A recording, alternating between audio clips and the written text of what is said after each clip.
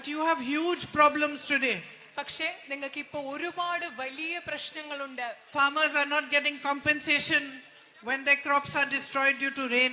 മഴ കൊണ്ട് വിളനാശം സംഭവിക്കുമ്പോൾ നമ്മുടെ കർഷകർക്ക് നഷ്ടപരിഹാരം കിട്ടുന്നില്ല. They don't get the right price for their crops. ന്യായമായ വില കർഷകരുടെ വിളകൾക്ക് കിട്ടുന്നില്ല.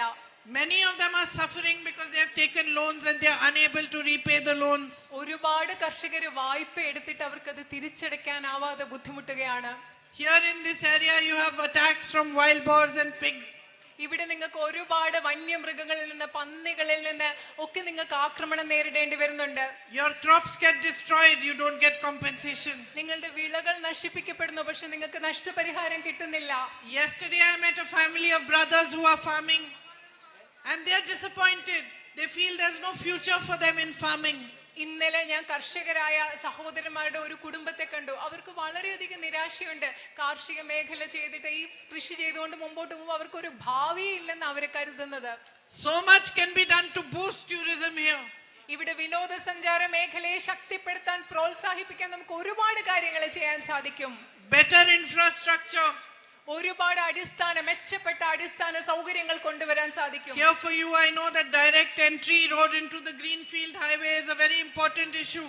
നിങ്ങൾക്ക് നേരിട്ട് ഗ്രീൻഫീൽഡ് ഹൈവേയിലേക്ക് പ്രവേശിക്കാവുന്ന ഒരു റോഡ് വലിയ പ്രശ്നമാണെന്ന് എനിക്കറിയാം. The development of your Tuvur railway station is a big issue. നിങ്ങളുടെ തുവൂർ റെയിൽവേ സ്റ്റേഷന്റെ വികസനം നിങ്ങൾക്ക് ഒരു വലിയ പ്രശ്നമാണെന്ന് അറിയാം. All these things we can be worked out together so that tourism, firstly that you have better connectivity and the tourists also have better connectivity, so it will all boost tourism here. നമുക്കിവിടെ ഒരുപാട് ഒരുമിച്ച് ഇവിടെ കൂടുതൽ റോഡുകളൊക്കെ മെച്ചപ്പെടുത്തിയാൽ കൂടുതൽ ടൂറിസ്റ്റുകൾ ഇവിടെ വരാൻ സാധിക്കും. ഇവിടുത്തെ വിനോദസഞ്ചാര മേഖലയെ നമുക്ക് ശക്തിപ്പെടുത്താൻ സാധിക്കും. You have the potential here not just for tourism because of the beautiful natural beauty, but also for spiritual tourism with your temples and churches in Wayanad, and also for ecotourism.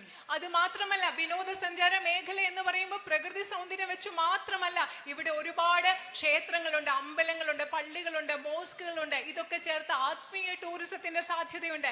അതുപോലെ തന്നെ പരിസ്ഥിതിയുമായി ബന്ധപ്പെട്ട വിനോദസഞ്ചാരത്തിന്റെ സാധ്യതയും